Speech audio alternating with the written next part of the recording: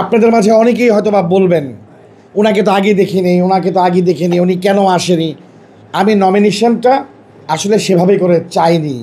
আমি নিজেকে সেরকমভাবে বুঝতে পারিনি যে আসলে আমার প্রাণের এলাকায় আমি কোনো দিন যেতে পারবো। এটা আমার জন্য অনেক আবেগের। আমার নেতা, আগামী রাষ্ট্রনায়ক জনাব তারেক রহমান আমাকে আমার এলাকায় পাঠিয়েছে, এই জন্য আমি তার কাছে আন্তরিকভাবে কৃতজ্ঞতা প্রকাশ করছি। আমার নেতা বিশ্বাস করেছেন যে আমরা জনপ্রতিনিধি হওয়ার যোগ্য। দীর্ঘ 25 বছরের হাঁটি পা সংগ্রামে তিনি বারবার পরীক্ষার মাধ্যমে উনি হয়তোবা বিবেচনা করেছেন আমি আশরাফ জালাল খান মনন একজন ক্ষুদ্র কর্মীকে উনি চাইলেই জাতীয় সংসদে নিতে পারেন।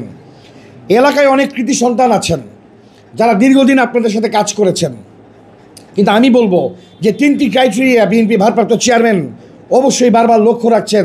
তার অন্যতম প্রধান গত 17 বছরের আন্দোলন সংগ্রামের নির্যাতন।